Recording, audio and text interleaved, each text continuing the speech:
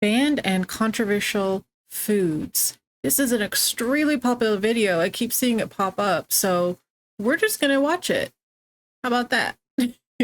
um, by Sam Onella Academy, as you see in this beginning of the video. So yeah, let's get started. When a species finds itself living on an island, it can start to evolve in strange ways based on the different pressures applied by the new environment. This is Okay, called makes island sense. syndrome, and while it can manifest in a lot of ways, the biggest driving force is often a lack of predators. For example, the dodo lost its ability to fly since there was nothing to flee from. The saint killed a Oh, you field mean mouse long got twice as term? big since it no longer had to hide. And with no one around to bully them, the Sardinians started putting maggots in their cheese. Meet casu martzu, literal translation, rotten cheese. It's made by taking a perfectly good wheel of pecorino and letting a special type of fly lay eggs in it. The fly babies then work to partially Ew! digest the cheese, rendering it goopy and wet and maybe quite tasty and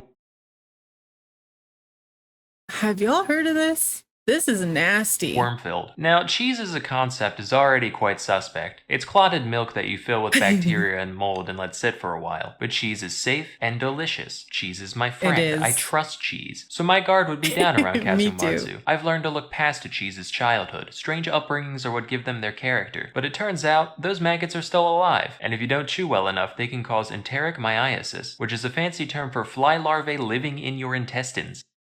So they still eat it today? Symptoms are similar to food poisoning, except with the added psychic pain of knowing that, again, your bowels are full of squiggly new friends. It's for this reason that casu martzu is banned in the EU and elsewhere. A black market still exists, which is wild, and it's not a small one. In 2019, the illicit casu martzu trade was estimated to be worth 2 to 3 million euros annually. Personally, I would just do it prohibition style, like definitely don't put these fly eggs on this sumptuous wheel of pecorino. But if you do, you absolutely shouldn't keep it warm and damp for a week. But although it's traditional to leave the larvae alive when you eat your mag and cheese, some consumers still prefer them dead, shockingly. In that case, one puts the cheese in a sealed bag, and when the maggots run out of oxygen, they writhe around and fling themselves all over the place. Ew. This is heard as a distinct pitter-patter against the walls of the bag, and when this— Who is doing this? Who is, like, so excited about trying this illegal cheese, and they're spending 2 to 3 million euros on it? Honestly?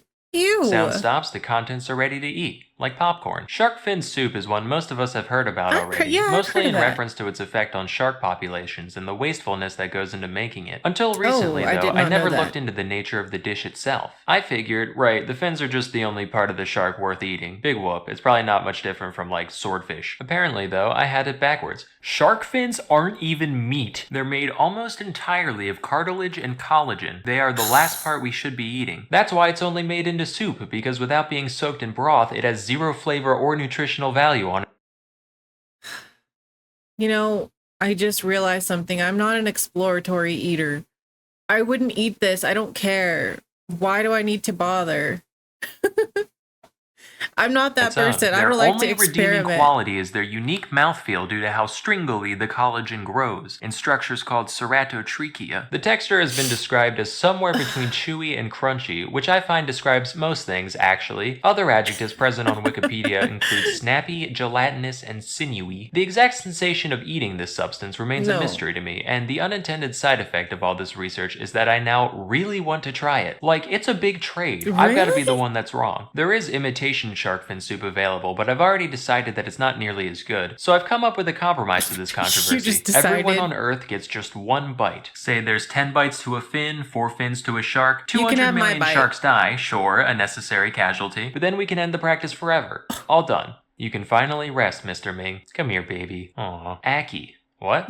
Ackee. Where? Ackee. The ackee is a fruit originally from West Africa, which is most commonly associated with Jamaican cuisine, where it appears in such dishes as ackee and saltfish. These alien kidneys here are called the arils, and they're the only part of the fruit that's actually eaten. The flavor is on the savory side, being described as kind of nutty or bean-like. What makes the ackee controversial, though, is the effects it can cause when prepared improperly. If the arils are allowed to completely ripen, they're harmless, but if you eat them too early, or don't thoroughly clean off all the non-aril stuff, they can cause Jamaican vomiting sickness. This disease doesn't sound real. It sounds like it belongs next to Eastern sweats and Tangerian bone grindings, but that's actually an official term, and as for symptoms, it does what it says on the tin. Plus maybe death. While ackee-based products— What? Why is it worth it? Is it the best thing you've ever had in your entire life? even so, why? Who cares? It's deadly. It's Aren't outright prepared illegal wrong. in the United States. They are very tightly regulated, and We the know raw how fruit itself restaurants cannot be prepare food imported. So if you're sometimes. American and want to try it, your options are fully cooked canned ackee or going to Florida where a few people Uh-uh. grow it domestically. Next we have bird's nest soup. This is another one that I've vaguely heard of, and for years I just assumed the name was a playful metaphor like Don't, ants yeah, on a like, log or shit on a shingle. Turns out, nope, this dish contains an actual bird nest. Not like a pile of twigs like I was picturing, but rather a specific type of nest only made by certain species of swiftlets. These nests are mostly made out of mucins, which are a set of proteins that, among other things, serve to thicken all those wonderful secretions our bodies make. There's a little bit in human why? saliva, a little bit more in mucus, and in swiftlet saliva, look out, pal. So all the swiftlet does is it finds a nice wall, starts laying out fat strings of slobber, which dry, and eventually she's got a nice place to roost. That is, right up until some gourmand says, today I crave bird God. spit.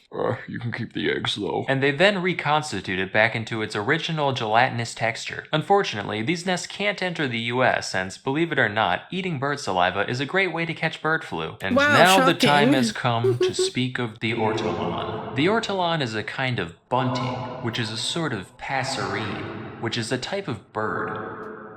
They're birds. Like many animals, they have a long history of being eaten by the French, but what separates the ortolan from your average squab or pheasant is the unique way in which it is prepared and eaten. They're typically caught with nets and kept in the dark. I'm actually a little nauseous right now. This is really gross.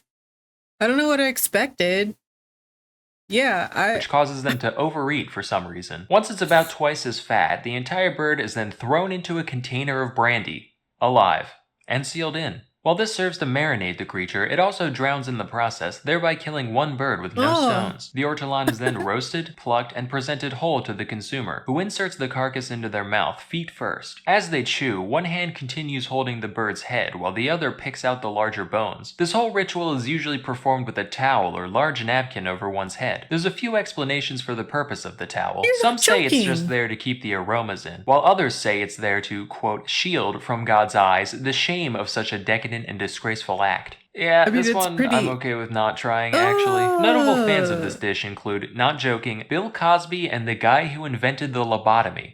To be part of that social club. Our mission is to eat birds whole and then make people not remember things. Killing ortolans was banned across the EU in 2007, not for any ethical reason, but because French people did this so much that the entire ortolan population was threatened. Thankfully, as of 2018, their conservation status is under least concern, so hopefully the French can get Okay, back good. to it soon. Anyway, that's all I have for today. Till next time, I'm Salmonella, and thank you for watching. He set up salmonella. That's kind of perfect for this.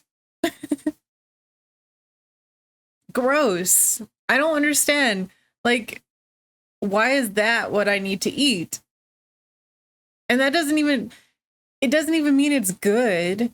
It's just that I've eaten it. Like, that's so nasty.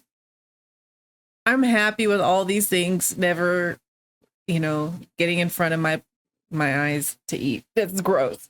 Wow, that was a good video. I've never seen this channel before, but I'm going to sub to Salmonella Academy. This is cool. Let me know if there's something else you guys want to see in the comments. Leave a like, and I will leave this video in the description if you want to go watch it for yourself or some of the other videos on this channel.